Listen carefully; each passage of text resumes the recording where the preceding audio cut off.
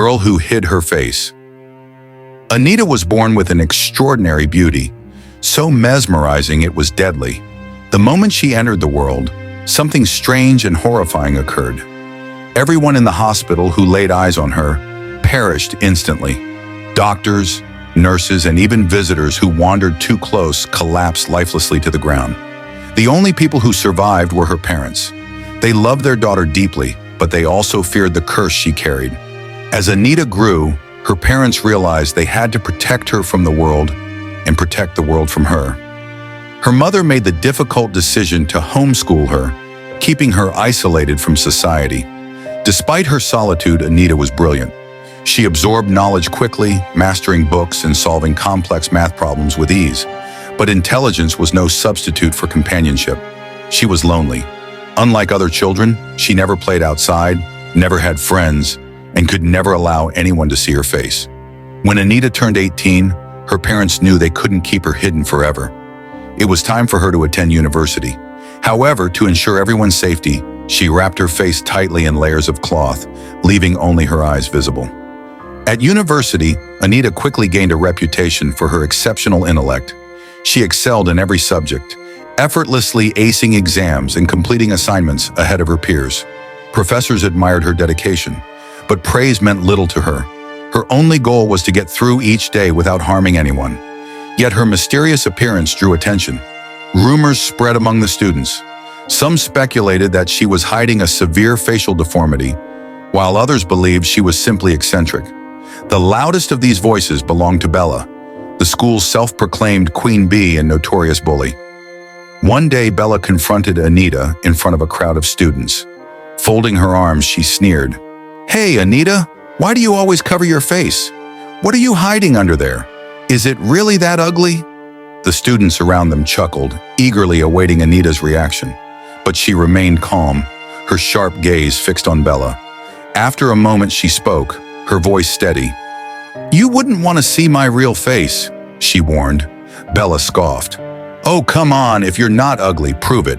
Show everyone right now." Anita shook her head. "Trust me, Bella, you don't want to see it." But Bella was relentless. Every day she taunted Anita, egging her on. "If you're not afraid, take off that ridiculous cloth," Bella would sneer, her voice dripping with mockery.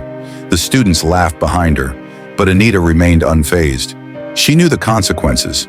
She wasn't hiding out of shame. She was hiding to protect them. Yet no matter how much she tried to ignore Bella, the bullying only intensified. One afternoon, as Anita walked to class, Bella blocked her path. "Today's the day," she declared, her eyes glinting with mischief. "You're finally going to show us your face." A curious crowd gathered, eager to witness the unfolding drama. Anita sighed, her patience wearing thin. "If I show you, it won't end well for you," she warned. Bella rolled her eyes, smirking. "Sure, whatever. You're just too scared." Anita exhaled deeply. She didn't want to hurt anyone, but she was exhausted from the constant torment. "You think I'm hiding because I'm ugly?" she asked, stepping closer to Bella. "You're wrong. I'm hiding to protect you." The students fell silent. Bella's confident smile faltered for a split second, but she quickly recovered. "I don't need your protection," she scoffed. "Take it off, or admit you're a coward." Anita clenched her fists. She longed to tell Bella the truth, that her beauty wasn't just breathtaking, but lethal. But she knew Bella wouldn't believe her. So she turned and walked away, refusing to engage any further. As days passed, Bella's taunts grew worse. Other students whispered among themselves, "Why won't she show her face? Maybe she really is cursed." One of the most popular boys in school, Joshua, took an interest in the rumors. Handsome, confident, and adored by nearly every girl, Joshua wasn't looking for a relationship. He enjoyed the attention he received and never committed to anyone. Bella, always scheming, decided to use Joshua to execute her latest plan. One afternoon, she approached him, flashing a charming smile. "Joshua," she cooed, sitting beside him, "I need you to do something for me." Joshua arched an eyebrow. "What now, Bella? Another one of your tricks?" Bella grinned. "Oh, this one's good. It's about Anita.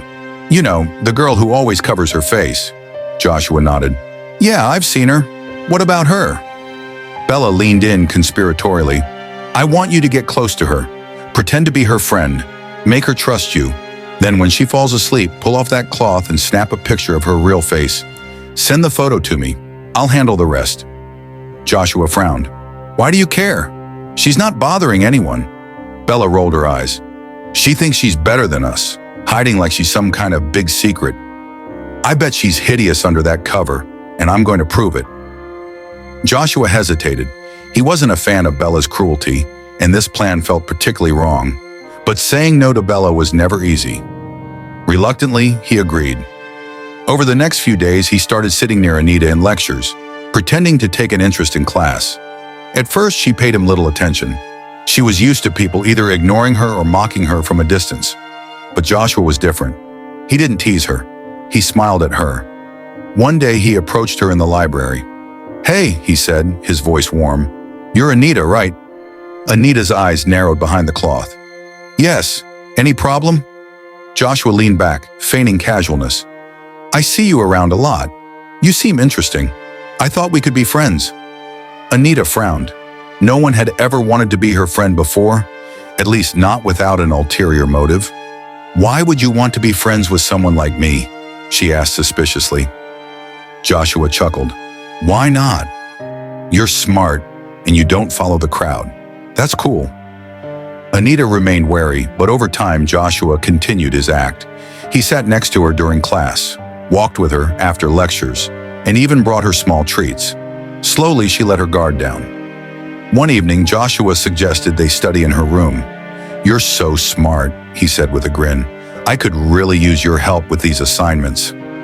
Anita hesitated, but eventually agreed. Maybe, just maybe, she had finally found a true friend.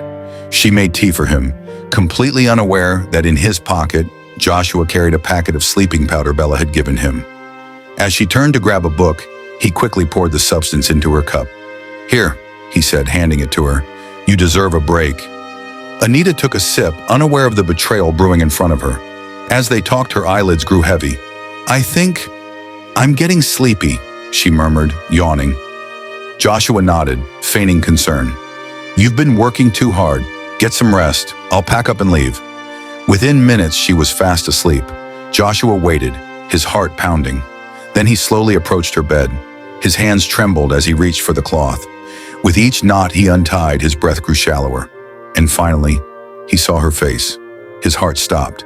Anita's beauty was unearthly, more than stunning, more than divine. It was too much. A wave of darkness hit him. His chest tightened. His vision blurred. His body collapsed. Joshua was dead. And when Anita woke up moments later and saw his lifeless form, she knew. She had warned him, but he hadn't listened. Anita's breath hitched as she stared at Joshua's lifeless body. Her hands trembled as she reached for him, hoping, praying that maybe he was just unconscious. But his eyes were wide open, unblinking, frozen in a state of eerie stillness. No, she whispered, shaking his shoulder. Joshua, wake up, please. But he didn't move. Tears welled in her eyes as reality crashed down on her. He had seen her face. Just like everyone else who had, he was gone. She scrambled back, panic gripping her chest. Why? Why did he do this? Why didn't he listen? Anita clutched the cloth and quickly wrapped it back over her face, her body shaking. This was her worst nightmare come true. Then footsteps, voices outside her door. The commotion must have drawn attention. A knock sounded, followed by a hesitant voice. Anita, is everything okay? She couldn't speak. The door creaked open. A gasp rang through the room as a student spotted Joshua's lifeless body on the floor. A scream pierced the air. Within minutes, students flooded the hallway. Someone called for security. Another dialed the police. Anita sat frozen as officers entered her dorm room, their eyes darting between her and Joshua. What happened here? One of them asked, his voice sharp. Anita swallowed hard, her voice barely above a whisper. He saw my face. The officers exchanged uneasy glances. Some had heard the rumors about her, but rumors weren't enough to explain what they were seeing. You're saying, just by looking at you, One of the officers hesitated. That's impossible. Anita looked down, shaking her head. I warned him. I always warn everyone. They took her in for questioning, but no crime had been committed, at least not one they could explain. After speaking with her parents and investigating her past, they came to the same conclusion. This isn't murder, one officer muttered to his colleague. This is something else. Anita was released later that night, but nothing felt the same. As soon as she stepped inside her home, she collapsed into her mother's arms. I can't do this anymore, Mom, she sobbed. I should just stay away from people forever. Her mother held her tightly, stroking her hair. Oh, my love, I know this is hard, but you can't hide from the world forever. But people die because of me, Anita cried. What if it happens again? Her mother cupped her face gently, staring into her teary eyes. You are more than your curse, Anita. You have worked so hard to be here, to study, to build a future. Don't let fear take that away from you. Anita wiped her tears, but the doubt still clung to her. And Bella, she whispered. She won't stop. She'll keep making me feel small. Her mother sighed, brushing Anita's hair back. People like Bella exist everywhere. They will always try to bring others down, but the only way she wins is if you let her. Anita swallowed hard. She wanted to believe her mother's words, but it was so difficult. Still, she whispered, I'll try. The next day, she returned to school, feeling the weight of the previous night still clinging to her shoulders. She tried to ignore the hushed whispers and lingering stares, but she could hear them. Did you hear? Joshua's dead. They say she killed him. She must be cursed. Anita gripped her books tightly and kept walking. Then she heard Bella's voice. Well, well, well, look who's back, Bella sneered, striding toward her. A smug smile played on her lips. Did your rich parents bribe the police to let you go? I bet that's the only reason you're still here. Anita didn't react. She tried to walk past her, but Bella stepped in front of her. You think you're special, don't you? Bella continued. Walking around acting like you're better than us. You're just a monster hiding behind a cloth. Anita felt her anger boil. She had expected this. But this time, she wasn't going to walk away. She turned to face Bella, her voice calm but sharp. At least I'm not like you. Bella blinked, caught off guard. What? Anita folded her arms. You've been in this school for years and still haven't graduated. Maybe if you spent less time chasing after boys and more time studying, you'd actually have a future. The students around them snickered. Bella's face turned red. You don't know what you're talking about, Bella spat. Anita smirked. Oh, I know exactly what I'm talking about. Everyone here knows you've been sleeping with lecturers to pass your classes. That's the only reason you're still here. A wave of laughter rippled through the crowd. Bella's eyes widened in shock. Anita leaned in slightly, her voice dropping to a whisper. And let's not forget your so-called rich girl lifestyle. We all know your parents are struggling in a tiny village while you pretend to be someone you're not. The students murmured, some exchanging knowing glances. Anita straightened, her voice louder now. You try so hard to bring others down, but deep down you're just insecure. That's why you pick on people. It makes you feel better about yourself. Bella's face burned with humiliation. She clenched her fists, but no words came. Anita took a step closer, her voice gentle but firm. You can call me a freak all you want, Bella, but I know who I am. Do you? Bella's lip trembled. She had never been speechless before. Without another word, she turned and stormed away, her friends hesitating before awkwardly following her. The crowd erupted into applause. Finally, someone had put Bella in her place. Anita stood tall, her heart racing. She had spoken her truth. And for the first time, she felt powerful. A week later, a new student arrived, Dennis. Tall, confident, and effortlessly charming, he became the talk of the school the moment he stepped in through the gates. Bella's eyes lit up the second she saw him. I must have him, she declared. Her friends exchanged skeptical glances. They had seen this before.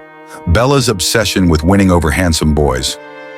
The next day she approached him, her voice dripping with sweetness. Hey, Dennis, I noticed you're new here.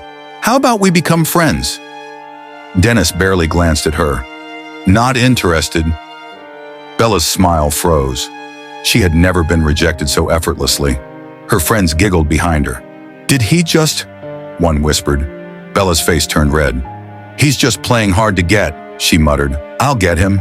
But her plans unraveled when Dennis met Anita. He found her fascinating. She was quiet but sharp-witted, reserved yet kind. And unlike everyone else, she wasn't trying to impress him. Slowly, a friendship blossomed, but Bella wasn't happy. She stormed up to Anita one day, her voice venomous. "You think you're so clever, don't you?" Anita raised an eyebrow. "What are you talking about? You used some kind of witchcraft to steal Dennis from me?" Bella accused. Anita burst into laughter. "Bella, please! Dennis doesn't even know you exist." Bella's face twisted with rage. "You don't belong here," she screamed. "You're a freak." Anita shook her head. "No, Bella, I'm just not afraid of you anymore." For the first time, Bella had no comeback. Anita had won, and soon something unexpected happened. Dennis confessed his feelings. "I don't care about your face cover," he told her. "I don't need to see your face to know how special you are." Anita's heart pounded. "But what if I'm ugly? What if—" Dennis smiled. "I love you, Anita, no matter what." Tears welled in her eyes. That weekend, she visited Dennis's apartment. They talked for hours, laughing and sharing stories. And then, it happened. Her face cover slipped off. She gasped, panic seizing her. But Dennis didn't flinch. Nothing happened. Anita stared at him, her heart pounding. "The curse," she whispered. "It's broken."